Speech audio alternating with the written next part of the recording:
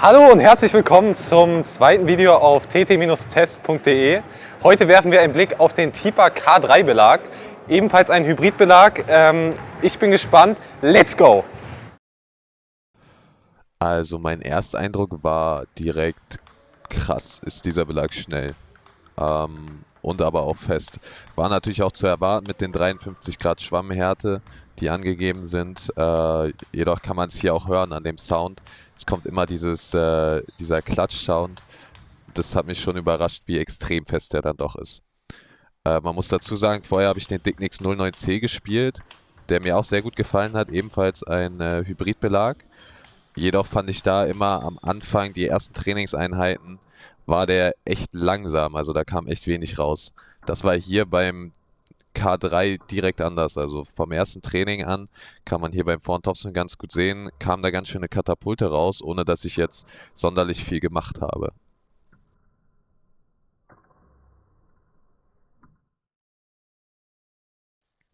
Ja, beim Rückhandkonter gibt es nicht viel zu sagen. Er ist kontrolliert, man hat Sicherheit, aber ist halt auch nur Kontern.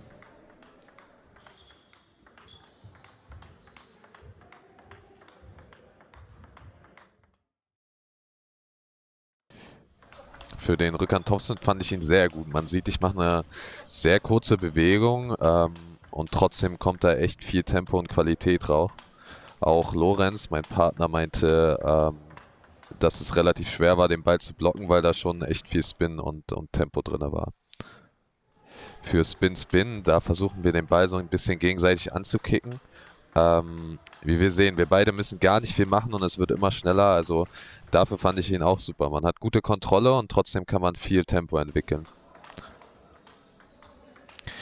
Wenn ich eine negative Sache sagen müsste, wäre es, dass er mir ab und zu tatsächlich ein Ticken zu fest war. Also wenn man Schwierigkeiten hat, diesen weichen Treffpunkt zu finden, dann sollte man vielleicht doch eher etwas bisschen weicheres spielen. Wenn man allerdings relativ fest spielt, finde ich, ist das ein super Belag. Auch beim Schupfen, da finde ich, merkt man dann diese Hybrid-Oberfläche. Ne? Also du kannst den Ball viel besser greifen und hast einfach mehr Kontrolle überm Tisch.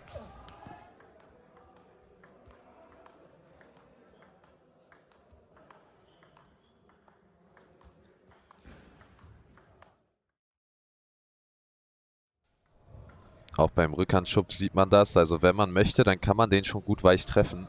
Ähm, ja. Ja, für Kurz-Kurz-Spieler, also Leute, die viel irgendwie überm Tisch kurz-kurz und dann flippen wollen, ist der Belag, denke ich, optimal, weil so viel Kontrolle überm Tisch hatte ich mit keinem anderen Belag. Der Ball springt kaum hoch, man hat wirklich diese lange Kontaktzeit. Das war schon echt optimal.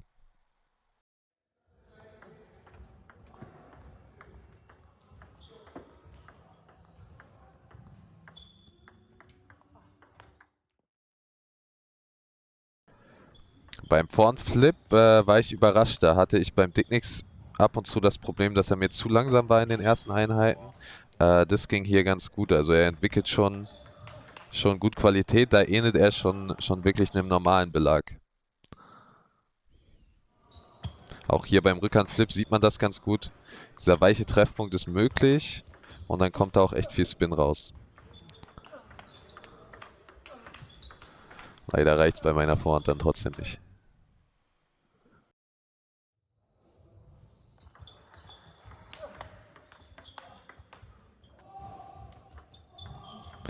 Die maximale Endgeschwindigkeit, muss ich aber sagen, fand ich bei anderen Belägen einfacher. Also ich habe mich ab und zu so gefühlt, hängt auch mit meinem Spielsystem zusammen, aber als ob ich mit dem Belag noch einen Ticken schwerer durchkomme bei manchen Gegnern. Also noch weniger Maximalgeschwindigkeit entwickeln kann. Ich fand den Belag sehr gut und jetzt müssen wir uns nur noch anschauen, wie er sich im echten Spiel verhält. Let's go!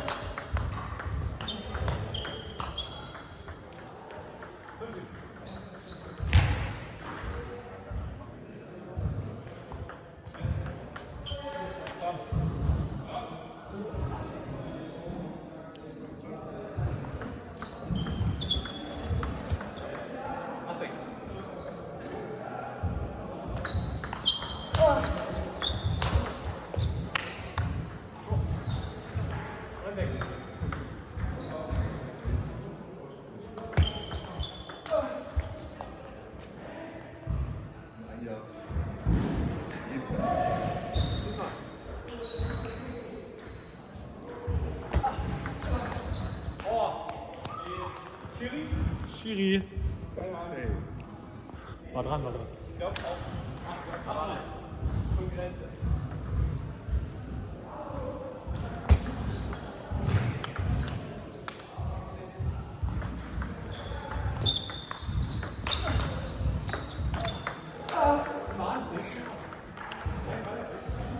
Aber ich bin auch nicht so.